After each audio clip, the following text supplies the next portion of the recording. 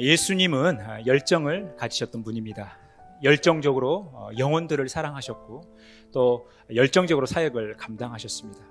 그 예수 그리스도를 믿고 따라가는 우리들도 이 예수님의 열정을 본받고 따라가야 된다는 것이죠. 바로 우리가 열정적인 신앙생활을 해야 한다는 것입니다. 첫 번째, 예수님의 열정은 모든 일에 항상 기도를 앞세웠다는 것입니다.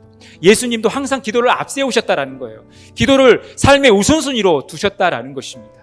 항상 우리는 기도를 앞세우는 삶을 살아가야 된다는 것입니다. 이것이 열정이에요.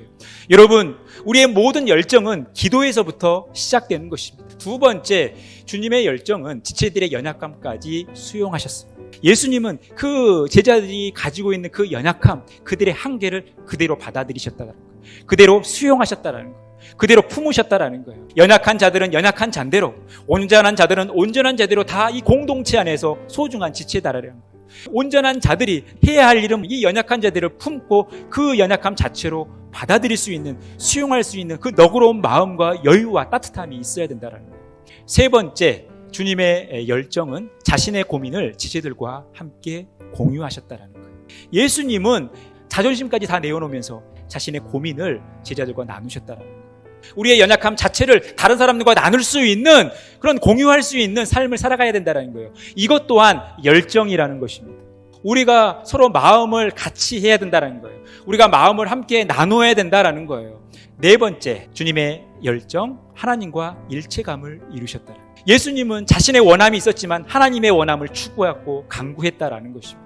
예수님은 하나님과 하나됨을 이루신 거죠.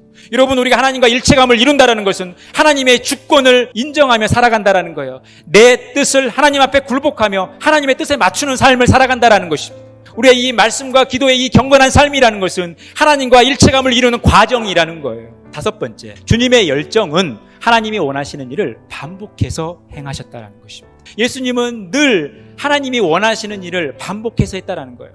한 번의 일로 끝나지 않았다는 것입니다. 하나님이 원하시는 일은 반복해서 하는 거예요.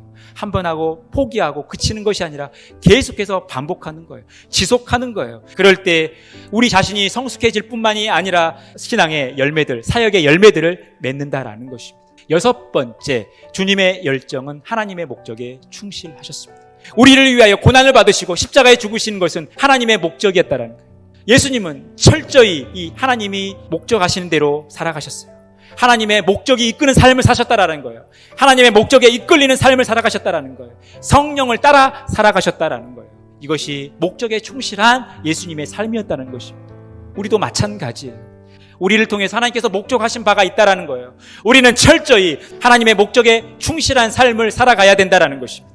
하나님의 그 목적에 충실한 삶을 살아갈 때 우리 안에 하나님께서 일하시는 것들을 경험한다라는 것입니다.